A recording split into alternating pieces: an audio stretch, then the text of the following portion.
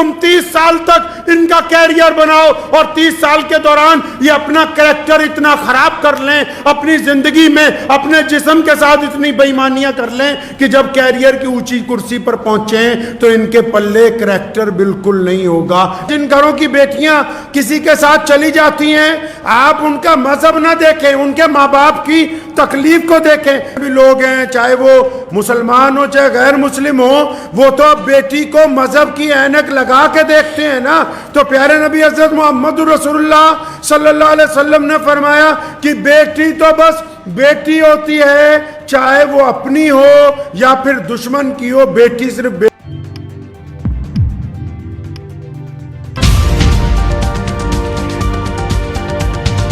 معاملہ پچھلے کئی دہائیوں سے چلتا آ رہا ہے اور آج کل وہ سرخیوں میں ہے۔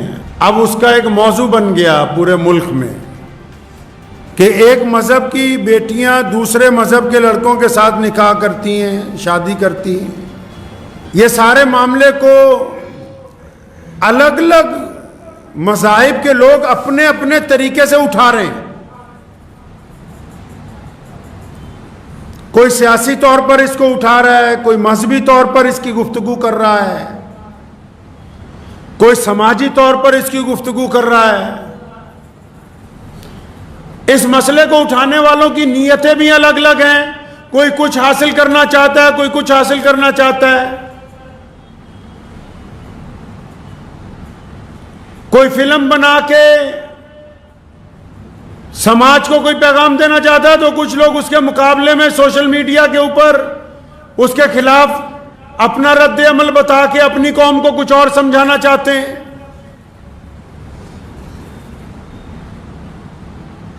یہ تو نہیں ہو سکتا کہ تالی ایک ہاتھ سے بجتی ہو۔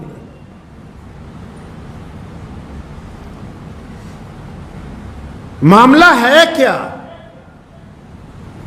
اتنی ایڈوانس دنیا ہے اور اس معاملے کے اوپر لوگ ایک دوسرے سے گفتگو کر رہے ہیں، ایک دوسرے کے مذہب کے متعلق اپنے دل میں برائی لے کے آتے ہیں۔ سوشل میڈیا نے بھی اور دوسرا جو الیکٹرانک میڈیا بھی ہے اس نے بھی اس کو بڑا مدعا بنایا ہے۔ اگر کوئی بات ہے تو مدعا بننا چاہیے، لیکن وہ مدعا شروع کیسے ہوا، اس مدعے کی بنیاد کیا ہے، اس بیماری کی شروعات کہاں سے ہوئی، اس سے تکلیف کیسے ہوئی، یہ اتنا بڑا مدعا بنا کیسے؟ اچھا جب تک اس کے پیچھے نہیں جائیں گے تو علاج کیسے ہوگا؟ کیسے ممکن ہے؟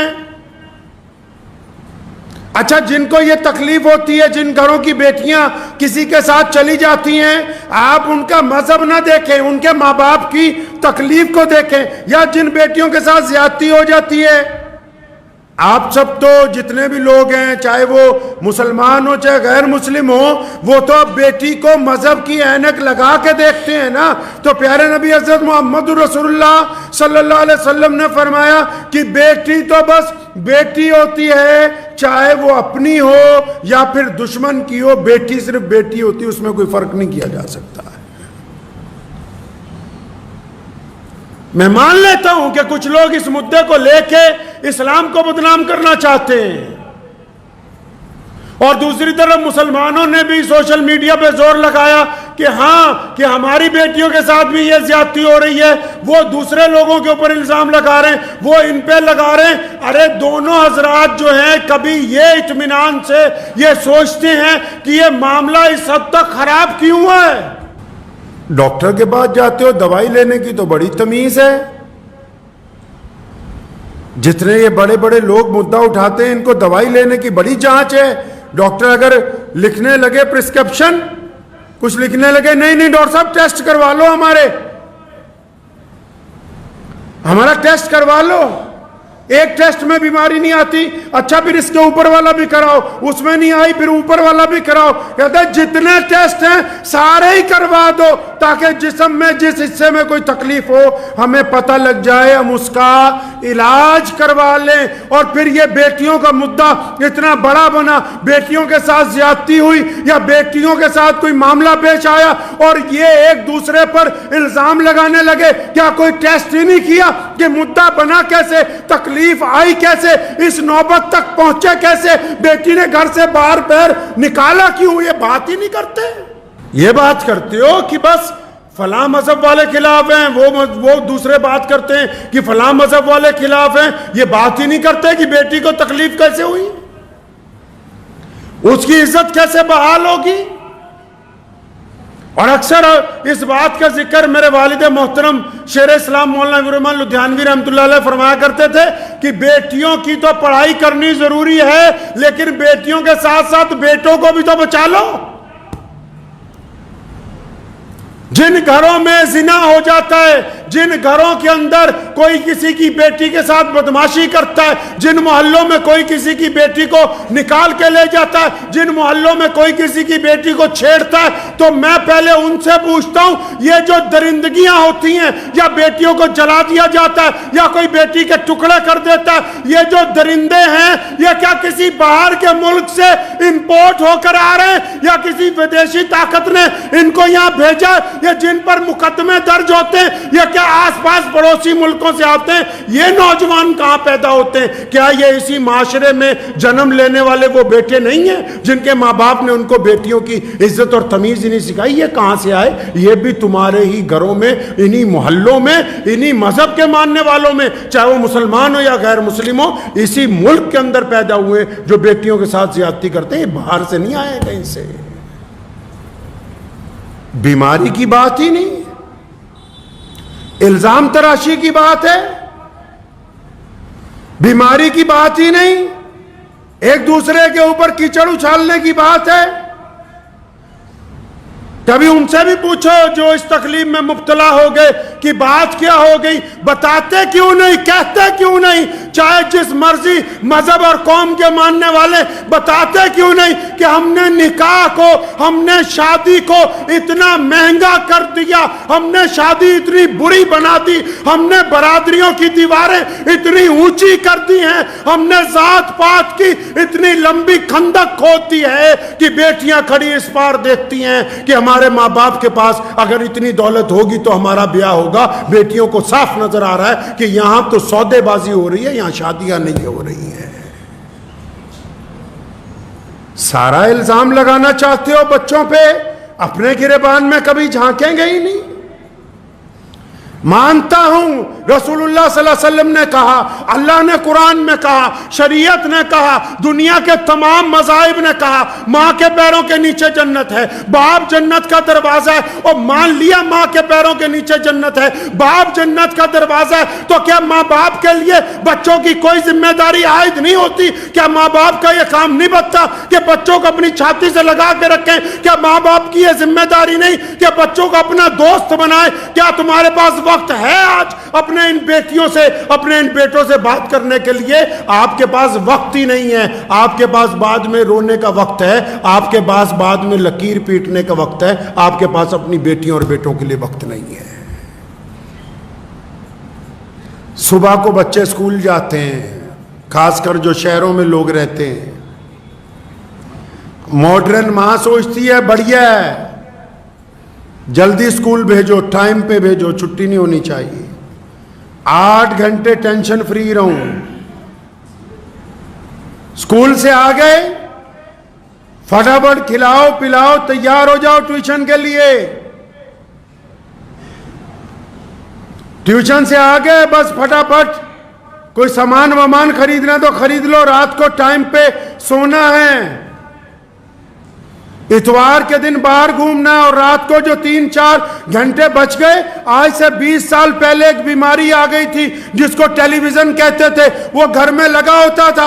اب جو وقت بچتا تھا, باپ بھی مردے کی طرح اس کے سامنے بیٹھا ہے, ماں بھی بیٹھی ہے, دادا بھی بیٹھا ہے, دادی بھی بیٹھی ہے, پوتے بھی بیٹھے, پوتیاں بھی بیٹھی, اب سب الوؤں کی طرح اس کو دیکھ رہے ہیں. اب اس کی جگہ موبائل نے لے لی ہے.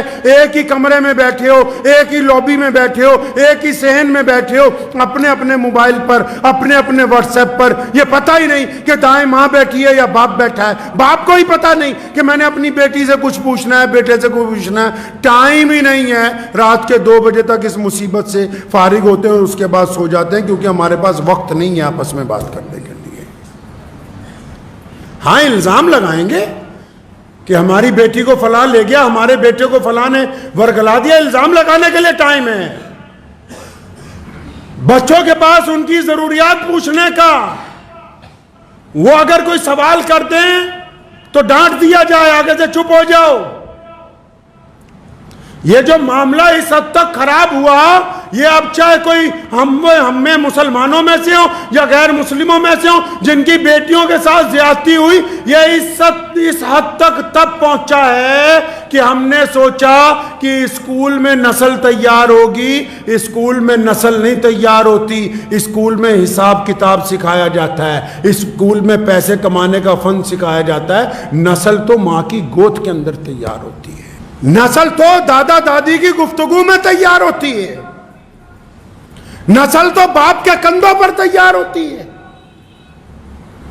ان کو کس نے بتایا کہ نسل جو ہے کالجوں میں تیار ہوگی؟ نسل تو معاشرے میں, اپنے سماج میں, اپنی برادری کے بڑے لوگوں میں, اپنے معاشرے میں, اپنے مذہبی مقامات پر نسل تیار ہوتی ہے, جس کو یہ سمجھایا جاتا ہے کہ بڑوں کی عزت کیسے ہوگی, چھوٹوں سے محبت کیسے ہوگی, حلال کے پیسے کون سے ہیں, حرام کا پیسہ کون سا ہے, ماں کی عزت کیسے کرنی ہے, بہن کی عزت کیسے کرنی ہے, دوسری کے بیٹی کو آنکھیں جھکا کر کیسے گزرنا دینا ہے. نسل تو اس گھر میں تیار ہونی تھی جس گھر میں ملٹی میڈیا موبائل ان کو پکڑا دیا ہے. اب تو نسل تیار ہی نہیں ہو رہی, اب تو صرف مشینیں تیار ہو رہی ہیں.